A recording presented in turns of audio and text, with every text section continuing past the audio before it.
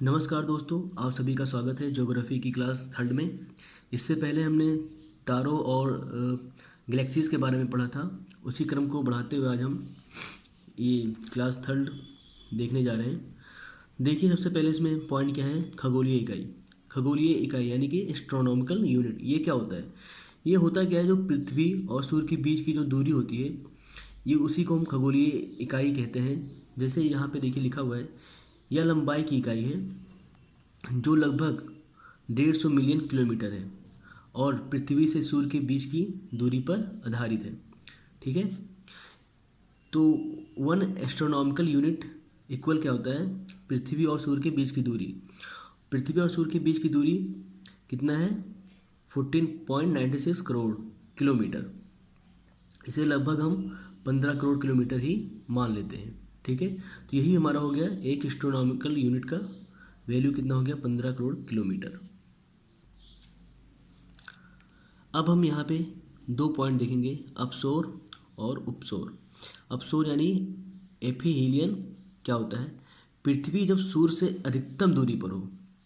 पृथ्वी जब सूर्य से अधिकतम दूरी पर हो तो उसे बोलते हैं हम अपसोर। और वह कब होता है, 4 जुलाई को। 4 जुलाई को पृथ्वी सूर्य से अधिकतम दूरी पर होती है। इसी तरह उपसौर पेरिहीलियन, आप समझ सकते हैं इसका जस्ट उल्टा ही, पृथ्वी जब सूर्य से निकटतम दूरी पर हो। ठीक है, और वो कब होता है, 3 जनवरी को। इसे हम फिगर के माध्यम से अच्छे समझ लेते हैं। देखिए, ये सन है और यहाँ पे मैंने बनाया पृथ्वी। ठीक है, और ये पृथ्वी का ऑर्बिट है जो क्या है, दीर्घवृत्ताकार है। ठीक है, क्योंकि पृथ्वी दीर्घवृत्ताकार पथ पर ही क्या करता है, सूरज के चारों ओर चक्कर लगाता है। तो यहाँ पे आप देख सकते हैं, जब सूरज और पृथ्वी के बीच की दूरी बढ़ी हुई है यानी अधिकतम है, तो उसकी उस स्थिति को हम कहते हैं अपसोर। और ये कब होता है, 4 जुलाई को। इसी तरीके से घूमता हुआ जब यहाँ पे आता है तो इसके बीच की दूरी निकटतम हो जाती है यानी सबसे पास में होती है, उस स्थिति को हम कहते हैं उपसोर। और ये कब होता है, 3 जनवरी को।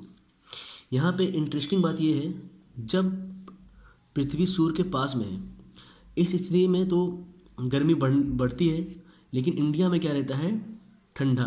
ठीक है, और जब पृथ्वी सूर्य से दूर होती है तो इस स्थिति में ठंड अधिक होना चाहिए, क्योंकि पृथ्वी क्या है, सूर्य से दूर है।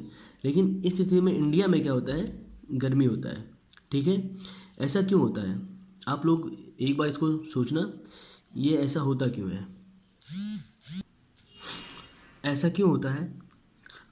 अगर आपको आइडिया लग गया है तो बहुत सही है, वरना फिर मैं इसको बाद में बताऊंगा। पहले हम कुछ पॉइंट्स और समझ लेते हैं। तो यहाँ पर हम क्या समझेंगे, पृथ्वी के झुकाव के बारे में। क्योंकि आप सबको पता होगा, और नहीं पता है तो आप ये जान लो, पृथ्वी क्या है, सीधी नहीं है, ये झुकी हुई है। अभी मैं यहाँ पे एक फिगर बनाया मैंने पृथ्वी का, जो एकदम सीधा फिगर है। ठीक है, ये झुकाव वाला फिगर नहीं है। यहाँ पे ये जो लाइन है, पृथ्वी का क्या है, अक्ष उत्तरी ध्रुव है। पृथ्वी का क्या है, अक्ष, जो कि ये क्या है, उत्तरी ध्रुव है। ये क्या होता है, दक्षिणी ध्रुव। ठीक है, और यहाँ पे क्या होता है, अगर आपने देशांतर और देशांतर रेखाओं के बारे में और अक्षांश रेखाओं के बारे में पढ़ा होगा तो पता होगा, ये क्या होता है, कर्क रेखा। यहाँ बीच में क्या होता है, विषुवत रेखा। और ये क्या होता है, मकर रेखा। अब ये मान लो, ये पृथ्वी का क्या है, ये पृथ्वी का क्या है, कक्ष है, ऑर्बिट है, जहाँ पृथ्वी से सूर्य के चारों तरफ घूमता है। ठीक है, अभी ये जो पृथ्वी का कक्ष है, ऑर्बिट है, ये विषुवत रेखा से होकर गुजरता है। ठीक है, और मैंने आपको क्या बताया कि पृथ्वी क्या है, झुकी हुई है, टेढ़ी है। यानी अगर इसको हम ऐसे, इसको हम पृथ्वी को ऐसे घुमाएं तो कैसे हो जाएगा, ये तीनों लाइंस ऐसे हो जाएंगी। ठीक है, और ये भी अपनी स्थिति से इधर आ जाएगा, टेढ़ा हो जाएगा। और वो आप इस फिगर में देख सकते हो।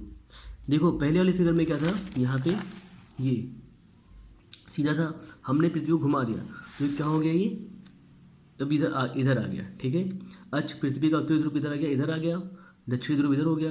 और जो ये लाइंस थे, ये तीनों, ये भी क्या हो जाएंगे, ऐसे घूम जाएंगे, तो वो ऐसे हो गए। ठीक है, ये यहाँ पे कर्क रेखा, अभी विषुवत रेखा ये यहाँ पे, और यहाँ पे क्या है, मकर रेखा है। ठीक है, आप देख सकते हैं। ठीक है, तो अब देखो, पृथ्वी का जो कक्ष तल है वो तो अभी वहीं पे है, ठीक है। अब यहाँ से जो ये पहले इसका अक्ष था, ठीक है, वो कहाँ पे आ गया, यहाँ पे आ गया, ठीक है, कुछ डिग्री क्या हो गया, झुक गया है।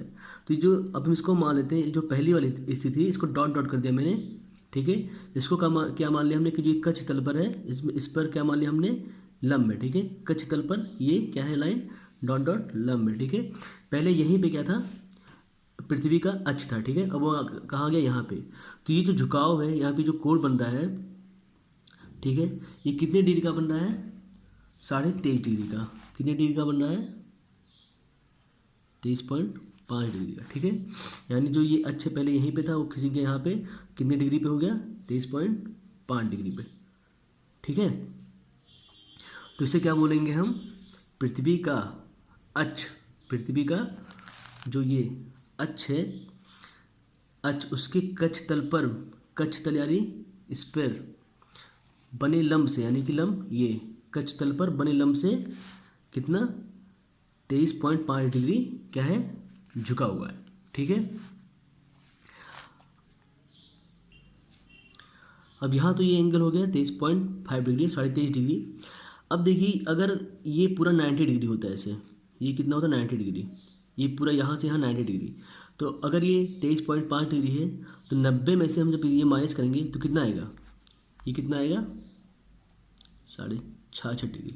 यानी अक्ष जो है पृथ्वी का, वो कितने डिग्री पे झुका हुआ है, 66.5 डिग्री पे, ठीक है। तो यहाँ पे क्या लिखा है, पृथ्वी का अक्ष पृथ्वी कच्छ तल से, यानी पृथ्वी का जो ये कच्छ तल है से 66 से 1/2 डिग्री, यानी 66.5 डिग्री का कोण बनाता है, ठीक है।